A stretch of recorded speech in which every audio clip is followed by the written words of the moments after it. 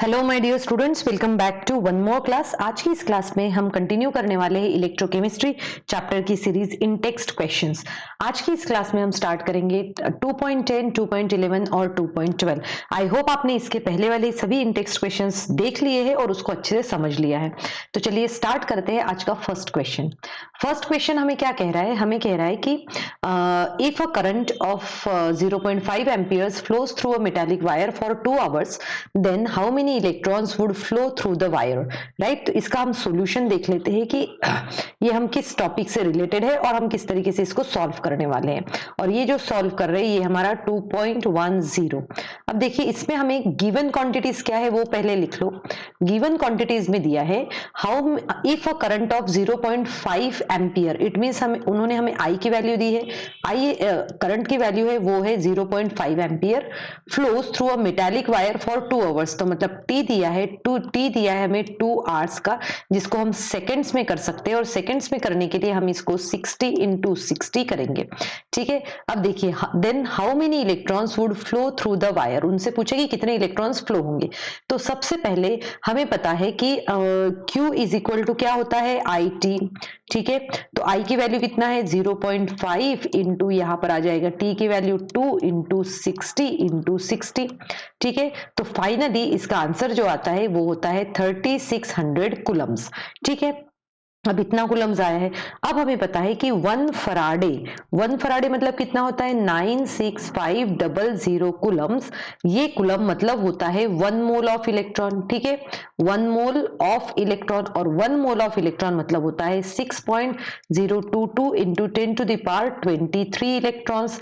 ठीक है, यहां तक समझ में आ गया।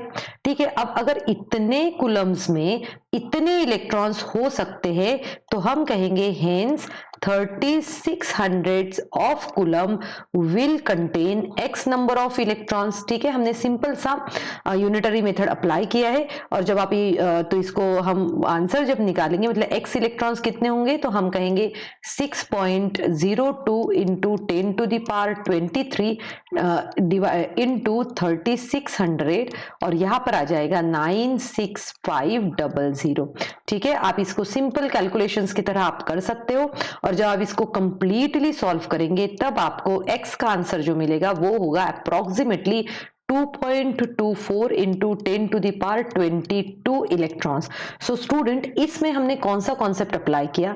हमने जो कॉन्सेप्ट अप्लाई किया है वो है, सबसे पहले तो हमने फॉर्मूला यूटिलाइज किया, क्योंकि हमें आई और टी की वैल्यू दी थी तो मुझे चार्ज ही निकालना था, और फिर हमने चार्ज को कोरिलेट किया 1 फराडे के साथ में। सो आई होप आपको ये समझ में आ गया होगा। आप इसको नोट डाउन करिए या तो फिर इसका स्क्रीनशॉट लेके रखिए। चलिए अब हम स्टार्ट करते हैं हमारा नेक्स्ट क्वेश्चन।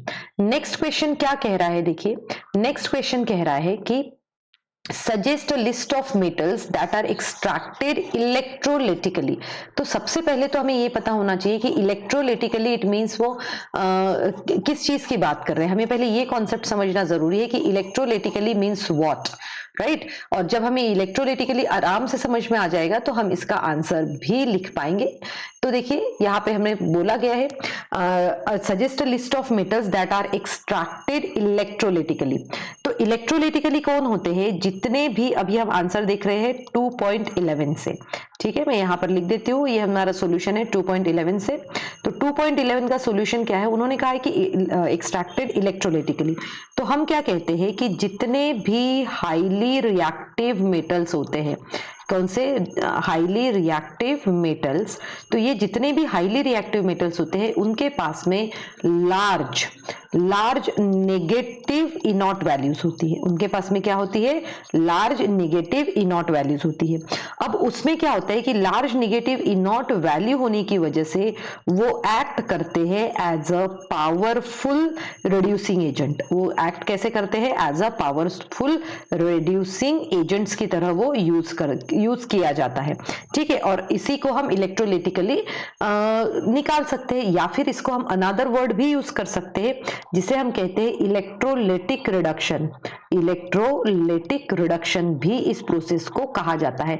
तो जैसे हमने यहाँ पर मेंशन किया है कि हाईली रिएक्टिव मेटल्स है, ये सभी हाईली रिएक्टिव मेटल्स है, इसीलिए हम इसके एग्जाम्पल में हम कुछ मेटल्स को हम इंक्लूड कर सकते हैं, और वो हमारे मेटल्स हो सकते हैं जैसे कि सोडियम हुआ, ठीक है। सोडियम हम ले सकते हैं, सोडियम के साथ साथ में ही हम यहाँ पर ले सकते हैं, सोडियम हुआ हमारे पास में सोडियम, देन पोटेशियम हो गया है, ठीक है। पोटेशियम हम यहाँ पर लिख सकते हैं, सोडियम पोटेशियम, कैल्शियम हम लिख सकते हैं, सोडियम पोटेशियम कैल्शियम, और हम मैग्नीशियम भी यहाँ पर लिख सकते हैं। हम फर्दर जो हाईली रिएक्टिव मेटल्स के बारे में हम इतना लिखेंगे, आप अगर इतना लिखते हो फिर भी इसको करेक्ट माना जाता है। Okay, so student take a screenshot and let's go for the next question. Next question हमसे क्या कह रहा है, हमें एक यहाँ पर इक्वेशन दिया गया है और इस इक्वेशन में हमसे पूछा गया है कंसिडर द इक्वेशन, और आप देख सकते हो ये डाइक्रोमेट का इक्वेशन है जिसमें एसिडिक मीडियम में उसका रिएक्शन हमें बताया गया है। तो let's see the equation and then solve question. So 2.12 की हम बात कर रहे हैं। ये क्या कह रहे हैं, consider a reaction Cr2O72 negative plus 14H plus gives 6 electrons and plus 6 electrons gives 2 Cr3 plus 7H2। तो बेटा यहाँ पे जब हम कर रहे हैं तो हम सबसे पहले ये रिएक्शन लिखेंगे, और हमने क्लास 11th में भी इसका ऑक्सीडेशन स्टेट निकालना सीख चुके हैं। क्लास 11th में हम इसको बैलेंस करना भी हम सीख चुके हैं।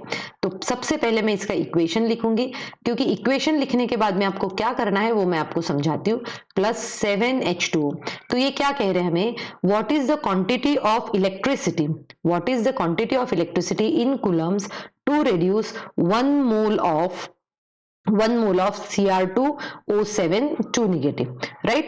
अब देखो यहाँ पे अगर हमें 1 मोल की बात करी गई है तो 1 मोल मतलब हम अगर देखिए मैं यहाँ सबसे पहले यहाँ पे कैलकुलेट करती हूँ इसका ऑक्सीडेशन नंबर। तो यहाँ पे आप कैलकुलेट करते हो तो इसका -2 है, तो मतलब इसका आता है +6, ठीक है।